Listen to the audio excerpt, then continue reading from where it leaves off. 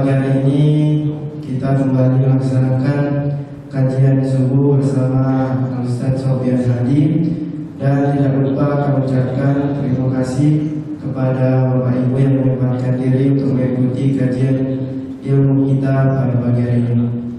Selanjutnya, dan tidak memperpanjang mukadimah lagi, mari kita awali kajian kita dengan mengucapkan Bismillahirrahmanirrahim. Baiklah, dengan tidak memperpanjang mukadimah lagi, pada Ustaz Islam.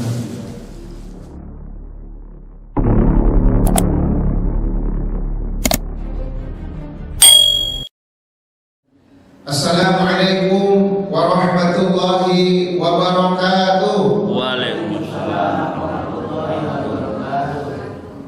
Alhamdulillahi rabbil alamin al-malikil alim alladzi yaqul bil haqqi wa yahdi bil 'adl wa yahdi an-nas ila siratal mustaqim.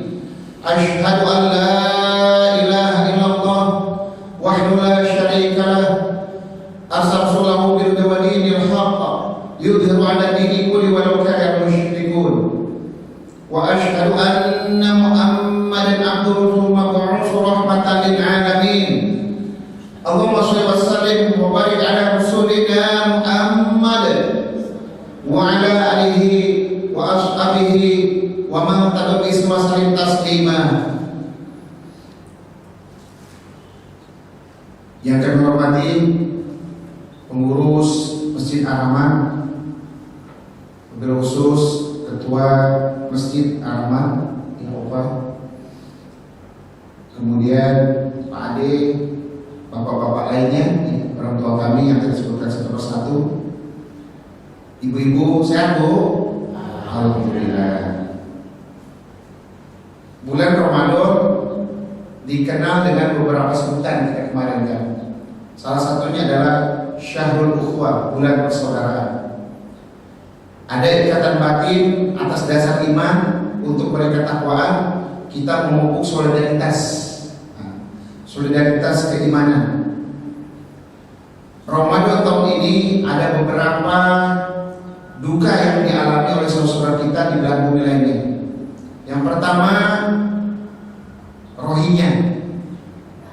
Rohingya genosida telah terjadi. Kemudian dulunya negara itu negara makmur, berdaulat, ya, sejahtera. Kemudian datang Inggris menjajah. Selesai menjajah, Inggris menyatukan yang namanya Burma, Myanmar sekarang. Yang kedua Xinjiang, Uighur. Orang Uighur, Xinjiang, Cina. Apa yang mereka rasakan? Mereka tidak bisa menikmati indahnya ibadah Ramadan karena mereka dilarang untuk berpuasa. Kalau ketahuan disuruh buka, disuruh makan minum. Kalau tak mau bisa ditahan. Yang ketiga Palestina, udah 5 bulan ini. Barangkali ini agak panjang ini dibanding sebelum-sebelumnya. Nah, informasi yang disampaikan oleh Menteri Luar Negeri Indonesia, Retno, bahwa sekarang yang meninggal, yang mati itu bukan banyak ditembak, bukan lagi banyak ditembak pertempuran, tetapi mati karena kelaparan. Nah, titik masuk untuk bahan makan itu Rafah itu ditutup, diblokade, sehingga sulit untuk masuk. Nah, saya yakin bahan makanan itu bukan tak ada. Pasti Muslim sedunia empati terhadap itu. Nah, jangankan Muslim sekarang, yang bukan Muslim aja empati. Yang bukan Muslim empati. Apalagi Irlandia, mereka mayoritas Nasrani, penduduk rakyatnya dengan pemerintah saling sokong menyokong untuk membela Palestina. Kebetulan penjajahnya sama, Palestina dijajah Inggris, Irlandia pun dijajah Inggris, Britania Raya kan gitu. Sehingga mereka sangat menyokong. Dan alhamdulillah sekarang Amerika boleh memihak kepada Israel, tapi rakyatnya saya yakin 65% setidaknya membela Palestina. Kenapa? Karena kemanusiaan. Nah, mengapa kita perlu perhatian kepada 3 yang tadi tempat ini? Karena satu, dasarnya kemanusiaan. Kalau ada rasa kemanusiaan di dalam hati kita, pasti kita akan care, kita akan peduli terhadap ini. Kaum ini muslimat rahmatullah. Nah, kita akan kaji mengapa mereka begitu ingin menguasai Palestina. Nah, kita ingat dulu ya. Yang pertama, Palestina memiliki kedudukan yang strategis, sangat strategis Palestina.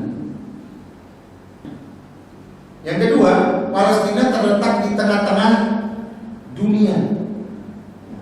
Maka Palestina berbatasan dengan Afrika, Mesir. Gitu ya. Jadi kalau presidennya Mesir pro-Islam, dia akan membuka keran untuk melakukan bantuan. Karena sekarang Asisi yang tidak terlalu care terhadap Islam, jadi nggak begitu ini. Paling kalau bantuan itu lebih pada rakyatnya. Yang ketiga, memiliki tanah yang subur. Bahkan zaman Rasulullah sudah dikatakan kan, kurma yang baik itu di kebun di Palestina. Semangka yang paling manis, yang harganya lebih mahal di Saudi itu adalah dari Palestina. Nah, cuma karena mereka perang, kemudian hantaman bom berbagai macam, tentu merusak tanah-tanah yang ada di situ. Kemudian dari segi Islam, kenapa kita harus cinta dan bela Palestina? Yang pertama tadi, di Palestina ada Masjidil Aqsa, tempat pertama arah kiblat umat Muslim setahun 7 bulan bayangin. Nah, kita tidak merasakan, tapi Rasulullah bersama sahabat ya, di Madinah sholatnya arahnya ke Masjidil Haram, ke Al-Aqsa.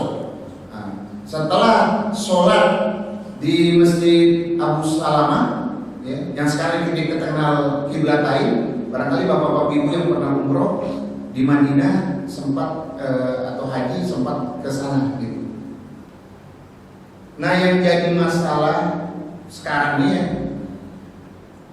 Menteri Zionis Israel ingin 10 malam terakhir orang-orang Yahudi mengisi Al-Aqsa. Baik. Padahal itu kan kalau 10 Ramadan terakhir, ya 9-10 hari terakhir Ramadan, itu kan memang jatah awal gitu kan. Kesempatan kita mau itikaf. Tapi sekarang bagaimana dilarang luar biasa. Makanya Gaza Utara, informasi Menlu, itu banyak yang meninggal karena di blokade bahan pangan nggak dapat. Nah, salah satu alternatif dilakukan oleh Yordania melalui udara. Yang namanya udara kadang ada parasit barangkali yang tidak unjuk, tidak mengembang, kemudian bahan makanan itu rusak kan, tempatnya rusak terus tercecer. Akhirnya yang terjadi, saudara-saudara kita di Palestina mengambil beras-beras yang bergabung dengan pasir, dipilah satu-satu. Memang nggak ada lagi tepung yang menyatu dengan kerikil bisa dijadikan gitu. Bahkan saat ini mereka sudah makan kaktus yang di kita dibuang-buang. Nah, kenapa kita cinta kepada Palestina, harus bela Palestina? Yang keempat, di situ negeri para rasul, para nabi. Ya, setidaknya nih Nabi Ibrahim dan istrinya di area Al-Aqsa. Nabi Yakub, Nabi Lut, Nabi Daud, Nabi Sulaiman, Nabi Zakaria, Nabi Yusuf. Bahkan saya pernah cerita barangkali Nabi Sulaiman awalnya itu dimakamkan di Sungai Nil. Ya. Kemudian entah dia mimpi itu bagaimana untuk dipindahkan. Lalu menyampaikanlah kepada nenek yang tahu persis di mana lokasinya. Lalu dipindahkan dari Sungai Nil itu di Mesir ke Palestina. Bapak-bapak ibu yang dirahmati Allah SWT, nah itulah mengapa kita harus bela Palestina. Bapak-bapak ibu yang dirahmati Allah, ya, hubungan kita dengan Palestina itu sangat amat dekat. Dialah negara yang paling dominan membantu Indonesia untuk kemerdekaan.